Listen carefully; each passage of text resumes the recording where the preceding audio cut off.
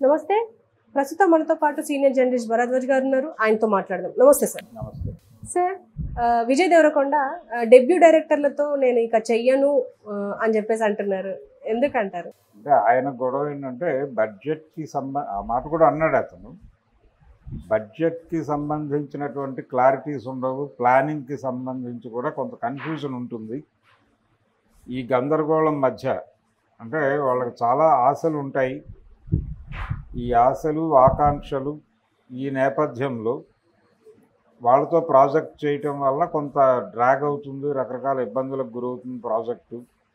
అందుకని ప్రస్తుతం తన కెరియర్ కొంతకాలంగా హిట్లకు దూరంగా ఉన్నాడు ఆయన.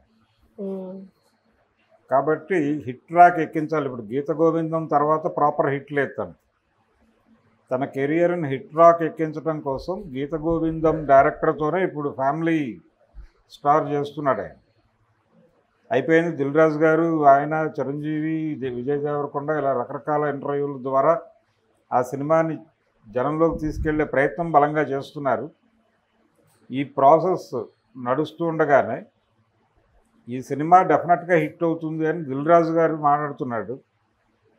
తను 2 సినిమాలు విజయ్ దేవరకొండతో కమిట్ అయిన విషయం కూడా ప్రకటించాడు. ఆ ఇంటర్వ్యూలో భాగంగానే నేను విజయ్తో ఇంకో 2 సినిమాలు తీయబోతున్నాను అని కూడా మాట్లాడాడు. ఇదంతా ఏంటంటే తిరిగి తన కెరియర్ని సక్సెస్ ట్రాక్ ఎక్కించేటువంటి ప్రయత్నంలో భాగంగా మాట్లాడుతున్న మాటలే తప్ప నిజానికి విజయ్ దేవరకొండని ప్రపంచానికి పరిచయం చేసింది డెబ్యూ డైరెక్టరే. ఆయన మిత్రుడు తరుణ్ భాస్కర్ పెళ్లి చూపులు సినిమా ద్వారా విజయ్ దేవరకొండకి ఒక ఇమేజ్ ఏర్పడింది. అంతకుముందు ఆయన ఎవడే సుబ్రహ్మణ్యంలో కనిపించినప్పటికీ విజయ్ దేవరకొండని జనానికి చేరువ చేసింది మాత్రం అదే. అలాగే అర్జున్ రెడ్డికి సందీప్ రెడ్డి కూడా డెబ్యూ డైరెక్టరే. ఎప్పుడైతే డెబ్యూ డైరెక్టర్లను వదిలేశాడో తర్వాతే ఆయనకి ఈ అంటే పరశురామ్ వచ్చి అనుభవం ఉన్నటువంటి డైరెక్టరే. కానీ పూరి జగన్నాథ్ లాంటి లెజెండరీ అనుకునే డైరెక్టర్తో చేసిన లైగర్ చాలా దారుణమైన ఫలితాన్ని ఇచ్చింది ఆయన. ఆ తర్వాత కూడా ఇంకొకరు 2-3 లబ్ధ ప్రతిష్ఠులైన డైరెక్టర్లతో ఆయన చేసిన ప్రయోగాలు కూడా వర్కౌట్ అవ్వలేదు. కేఎస్ రామారావు గారి సినిమా కూడా వర్కౌట్ అవ్వలేదు. వరల్డ్ ఫేమస్ లవర్ అని చేశాడు ఆయన. అందుకని డెబ్యూ డైరెక్టర్లకి ఒక విషయం కరెక్టే, ఆయన చెప్పిన దానిలో డెబ్యూ డైరెక్టర్లని నిర్మాతలు ఏ మేరకు నమ్ముతారు, ఏ మేరకు బడ్జెట్లు పెడతారు, ఈ గందరగోళం ఉంటుంది, వాస్తవమే. కానీ డెబ్యూ డైరెక్టర్లు అనేది ప్రత్యేక కేటగిరీగా మాట్లాడటం కరెక్ట్ కాదు.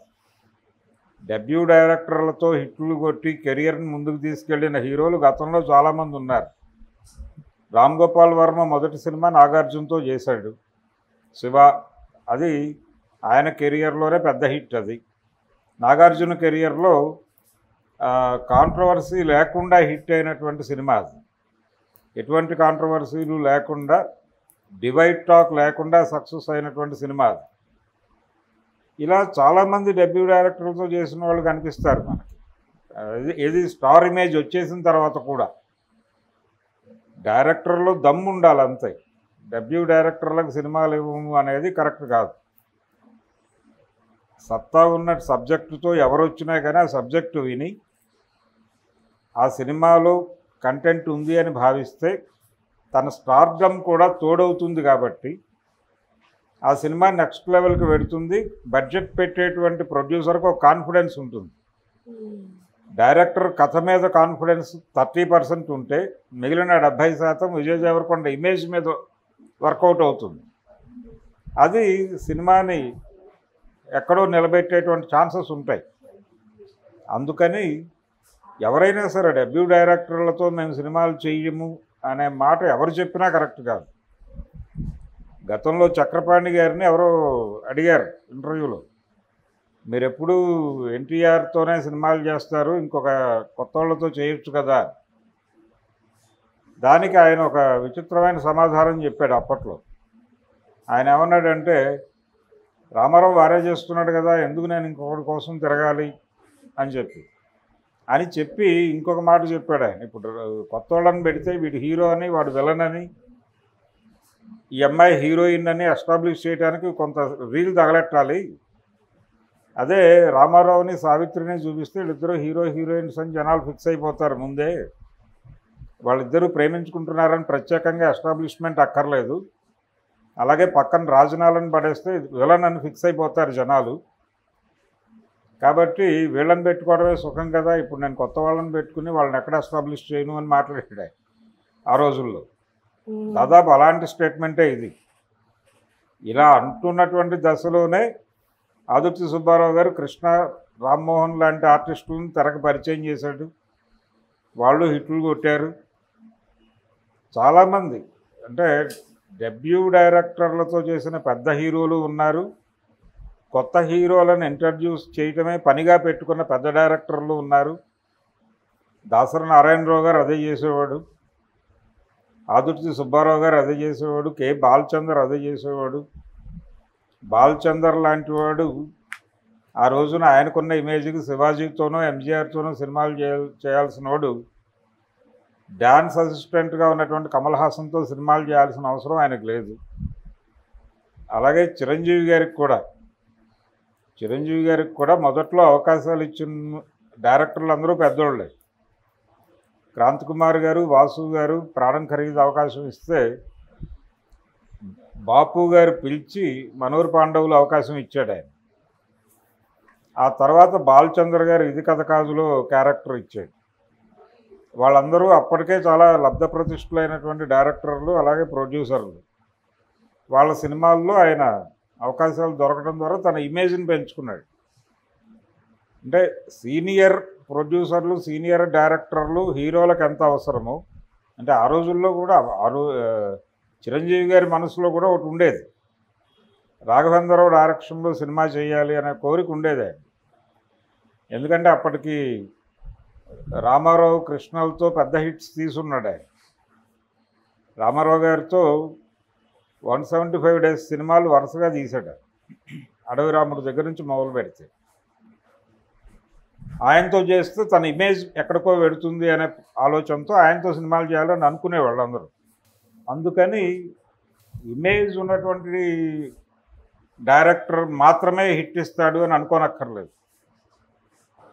చిరంజీవి గారికి హిట్లు ఇచ్చినటువంటి కోదండరామిరెడ్డి కెరియరు, చిరంజీవి కెరియరు ఒకేసారి ప్రారంభమై ముందుకెళ్ళినాయి. ఖైదీ నాటికి ఆయన పెద్ద సూపర్ డైరెక్టర్ ఏం కాదు, ఈయన అప్పుడే రైజ్ అవుతున్నటువంటి హీరో. ఖైదీతో ఇద్దరి ఇమేజ్ ఎక్కడికో వెళ్ళిపోయింది.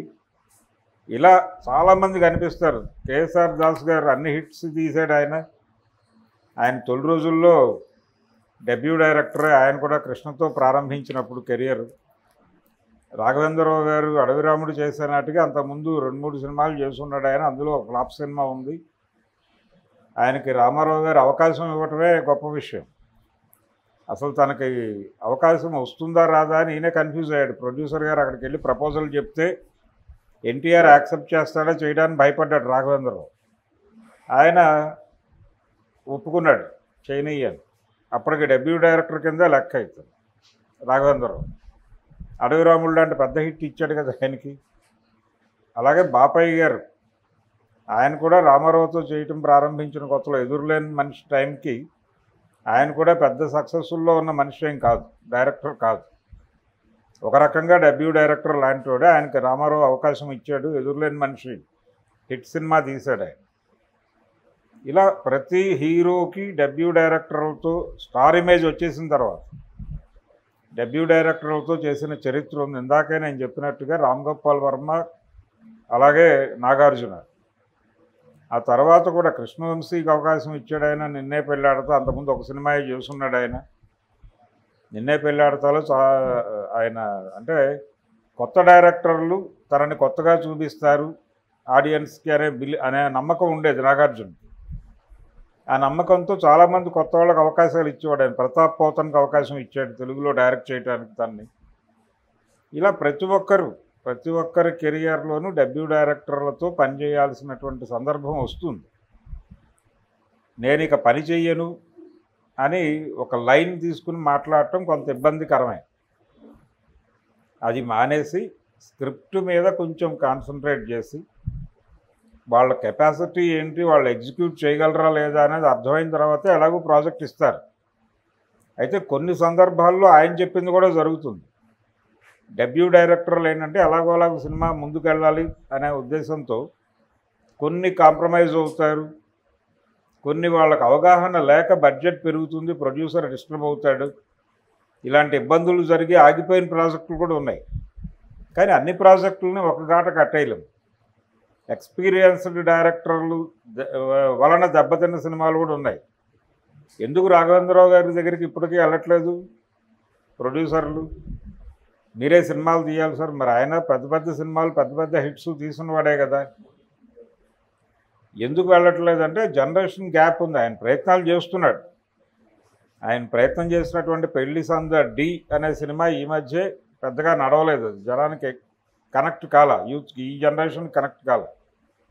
ఈ జనరేషన్కి కనెక్ట్ అయ్యేటువంటి కథలు రాయగలిగినటువంటి పరిస్థితి ఈ ప్రపంచంలో ఇప్పుడు జనరేషన్ ఫేస్ చేస్తున్నటువంటి ప్రాబ్లమ్స్, వైరుధ్యాలు, వాటి గురించిన జ్ఞానం ఉండేది ఈ జనరేషన్ యూత్కే.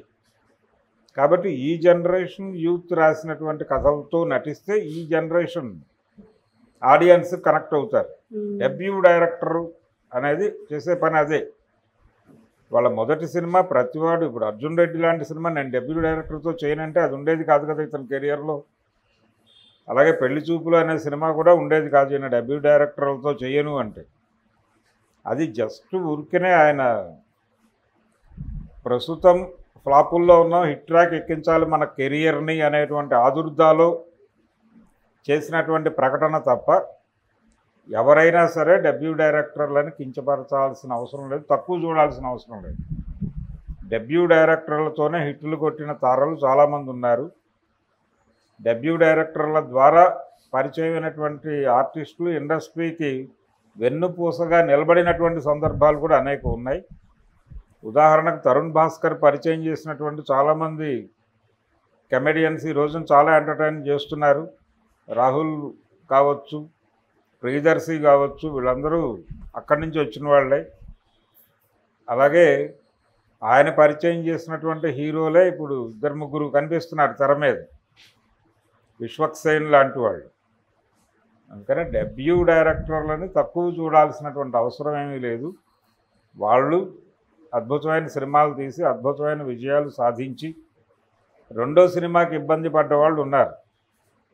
ఇప్పుడు ఆది సినిమా చేసే నాటికి వినాయక్ పరిస్థితి ఏమిటి? ఆయన డెబ్యూ డైరెక్టర్ అని పక్కన పెడితే ఆ సినిమా ఉండేది కాదు కదా.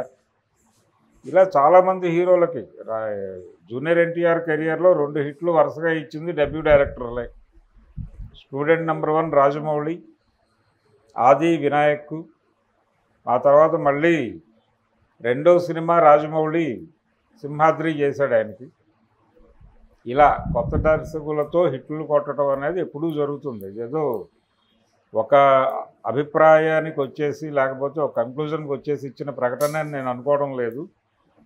ఆయన ప్రస్తుతం తన కెరియర్ని ముందుకు తీసుకెళ్ళాలి, కొంచెం స్పీడ్ ఎక్కించాలి అనే ఆదుర్దాలో ఇలా మాట్లాడాడు తప్ప వరుస హిట్లో ఉంటే ఈ మాట మాట్లాడేవాడు కాదు ఆయన. అంతవరకే చూడాలి.